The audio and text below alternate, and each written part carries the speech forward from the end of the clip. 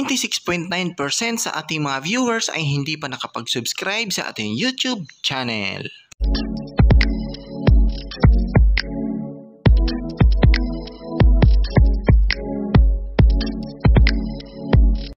Disclaimer: this channel does not promote or encourage any illegal activities. All contents provided by this channel is meant for educational purposes. So what's up guys? So welcome back po sa panibago nating videos, and for today's video guys, so ito na yung hinahanap nyo. So ituturo ko sa inyo kung paano natin kunin yung pera natin na naka-permanent limit. So sa mga naka-PayPal users, so meron tayong PayPal balance na 2,063.96 pesos. So once permanent limit na po kayo, hindi nyo po makuha yung pera nyo at hihintayin nyo po ng 180 days bago nyo makuha yung pera. So dito is meron tayong pina-reserve kay PayPal. Ayan, so account impact. So hindi po tayo maka-receive ng pera at hindi rin tayo makasend ng pera pag na permanent limit tayo. So dito is hiningian tayo ng upload a photo ID at saka confirm a bank. So hindi ko alam kung anong nangyari dito kasi wala naman akong nilink na bank at biglang nangihingi ito si PayPal. So hindi natin maiwasan kung ano yung trip ni PayPal. So dito makikita nyo na hindi tayo nag-link ng bank account. Pero hiningian pa rin tayo ng confirm a bank. So ayan, so nag-try tayo mag-submit ng information. So sad to say is hindi po tayo natanggap. So once po hindi kayo natanggap, and automatic yan, ma-permanent limit kayo. So we're reviewing your information. So ganyan lang yan, normal lang yan, pero ilang minuto bigla pong mag-permanent limit ang yung account. So ang tanong is kung paano natin makuha yung pera natin once na permanent limit na po yung account natin. So dito guys, meron tayong 2,063 pesos na PayPal balance. So i-guide ko kayo kung paano natin makuha yung pera natin once na permanent limit na kayo. So unang gagawin nyo guys, once na gumawa kayo ng account, unahin nyo po mag-send ng at least 3,000 pataas or 4,000 pataas as a friends or family na pera. So dito is naka-permanent limit na nga po yung account natin. So once permanent limit, 180 days pa po makuha yung pera, and yung balance natin dito is hindi po natin makuha. So ito po yung technique natin guys. Bago kayo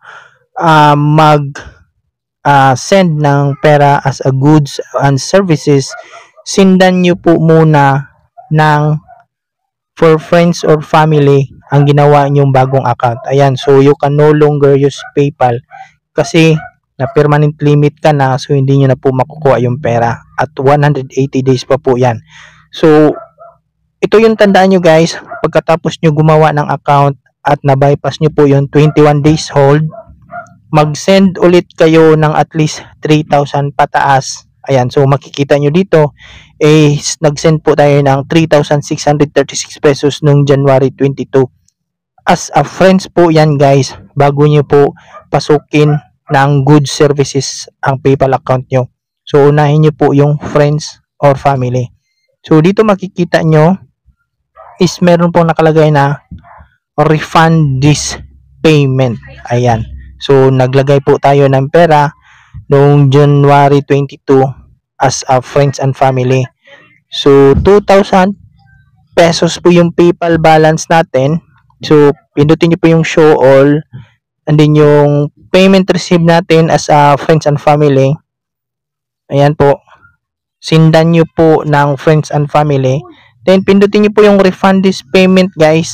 Ayan, so kailangan meron kayong isang PayPal account na nag-send ng friends and family doon sa bagong account nyo. So i-type nyo lang po yung amount na gusto nyong i-refund. So meron tayong balance na 2,063 pesos 0.96.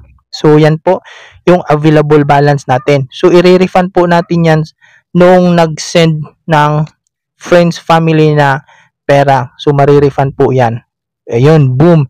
So, automatic na refunded na po yung pera nung nag-send nung hindi pa tayo na permanent limit. So, ibig sabihin, nakuha na po yung pera natin nang hindi na maghihintay ng 180 days. Ayan, so nakita nyo na yung PayPal balance natin is 0.00 na.